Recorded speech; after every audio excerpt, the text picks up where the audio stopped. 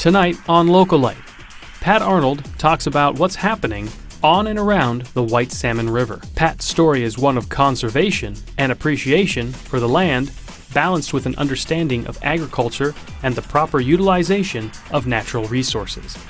That's all next on Localite. Pat Arnold, thanks for coming in. Thanks for having me. Yeah, well, it's good to get to learn a little bit about some of the things you're involved with. And I want to start with where you came from, Washington, D.C. You grew up there? I did. I grew up in a suburb of Washington, D.C., about a half a mile outside of the district line, and went to college in New York State, and then went to Massachusetts, spent a few years in Boston, and then moved to California and went to ag school. I was the only person that I knew in my college that subscribed to Farm Journal. And I'm not sure where that came from, but I had cousins in the Hudson River Valley that were dairy farmers. And oh, really? My father used to take me up, and I'd hang on the fence and look at the cows. And so after I was in Boston for a couple of years, I moved to California and went to Cal Poly and did a master's degree in agriculture and never looked back. Never looked back, stayed out on the West Coast. Mm-hmm. Well, Boston to California, quite a difference there. Right. So your father, I read he was a lawyer. He was a lawyer, and he worked in international financial stuff, but he had another job, which is his volunteer work, which is really his vocation, which was with the Nature Conservancy and environmental work. And he did that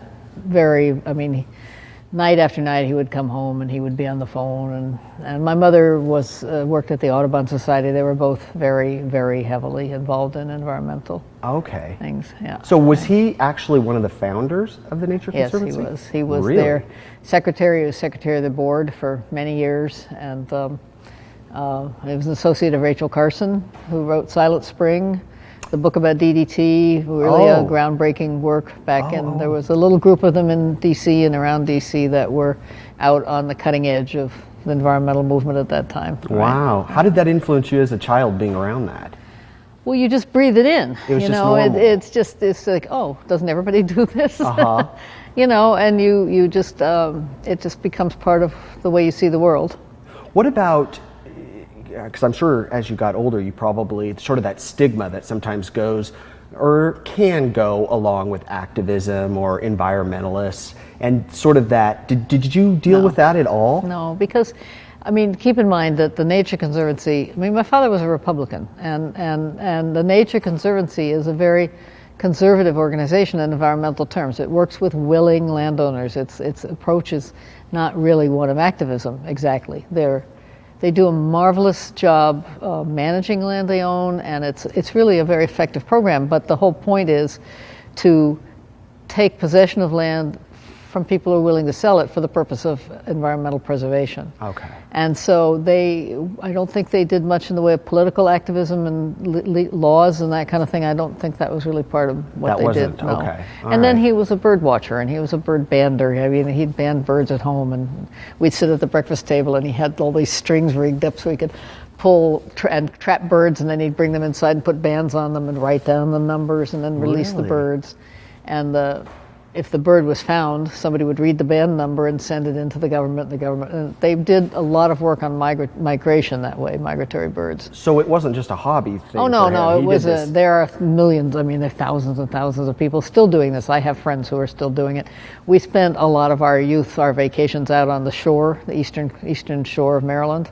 They'd set up big nets, and the migratory birds, the seabirds, would fly into the nets, and then you'd take them out and you'd band them and let them go. And that is still going on to this day. And it's a very good way of establishing where it's kind of like people put tags in salmon, they pit tag salmon. And radio track them. Well, they don't, when my father was doing this, they didn't radio track birds. Maybe they are now, I don't know. I have no idea either. But interesting. So then you come out here to California, and then ultimately Trout Lake. Yep. Trout Lake, Washington, the booming metropolis.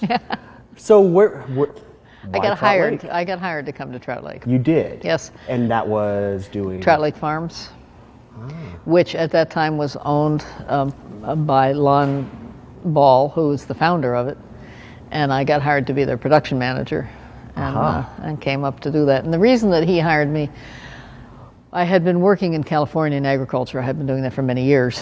And was working for a company of Driscoll strawberries, Okay. which is a big, big company. And the particular Driscoll that I was working for invented the vacuum that vacuumed lygus bugs off the strawberry plants so that he could be organic. Oh, really? And I did a lot of work with him moving the strawberry production into organic. And now there are many, many Driscoll strawberries, but he was really the first. And people laughed at him. He had a 80 horsepower tractor with the vacuums on the back, vacuuming bugs and running them through this big fan that kind of pulverized them and spitting them out. Is it still done like that? Oh, yeah, I think so. It was very effective, and it allowed them to reduce their spraying by a great deal, because when they sprayed for lygus, they would kill a lot of beneficials, and then they would have resurgences of other kinds of, in particular, mites. And so once he started vacuuming, then we started doing a lot of releases of beneficials, and we were doing a lot of nutrition work. And when Trout Lake Farm advertised, I was really interested. I thought, oh boy, because they're organic and have been for years, and I thought, wow, this would be great. So they hired me to come, and I did. All right. Well, what year was that? 91. 91, okay.